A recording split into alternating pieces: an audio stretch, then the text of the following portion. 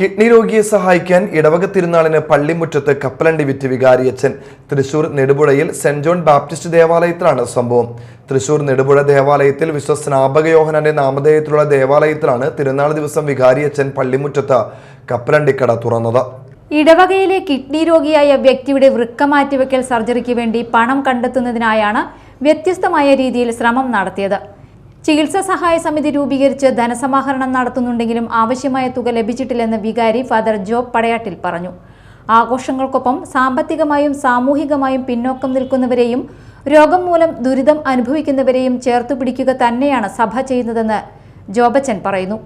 സ്നേഹമുള്ളവരെ, എൻ്റെ കിഡ്നി മാറ്റിവെക്കുന്നതിന് വേണ്ടിയിട്ടുള്ള സാമ്പത്തിക സഹായത്തിന് വേണ്ടിയിട്ടാണ് ഇപ്പോൾ നമ്മളിങ്ങനെ ഒരു ഇത് ആരംഭിച്ചിട്ടുള്ളത്. ഡിസംബർ മാസത്തിലാണ് ഇതിനു വേണ്ടിയുള്ള ഉദ്യമങ്ങൾ തുടങ്ങിയത്. വികാരിയച്ഛൻ്റെ പേരിലും നാട്ടുകാരുടെ പേരിലും ഇടവകയുടെ പേരിലും.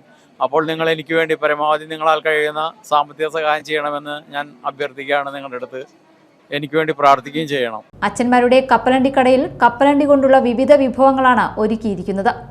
വറുത്ത കപ്പലണ്ടി, മസാല കപ്പലണ്ടി, വിവിധതരം കപ്പലണ്ടി മിഠായികൾ എന്നിവയാണ് ഒരുക്കിയിരിക്കുന്നത്. കടയിൽ എത്തുന്നവർക്ക് ഏത് വിഭവങ്ങൾ വേണമെങ്കിലും എടുക്കാം. എന്നിട്ട് ഇഷ്ടമുള്ള തുക സിജു ഹെൽപ്പ് ഡെസ്കിൽ എന്ന് എഴുതിയ ബോക്സിൽ നിക്ഷേപിക്കാം. കുട്ടികളും കുടുംബങ്ങളും കപ്പലണ്ടി കടയിൽ എത്തുന്നുണ്ട്. സിജു സഹായ സമിതിയുടെ ബാങ്ക് അക്കൗണ്ട് വിവരങ്ങളും ഗൂഗിൾ പേ QR കോഡും കപ്പലണ്ടി കടയിൽ പ്രദർശിപ്പിച്ചിട്ടുണ്ട്.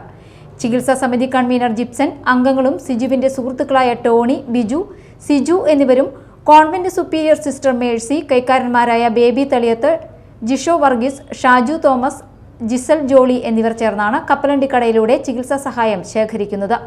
ശനിയാഴ്ച മാത്രം 35,000-ഓളം രൂപ ലഭിച്ചു. തിരുനാൾ എല്ലാ അർത്ഥത്തിലും അർത്ഥവത്തായി മാറുകയാണ്. Media time, Thrissur.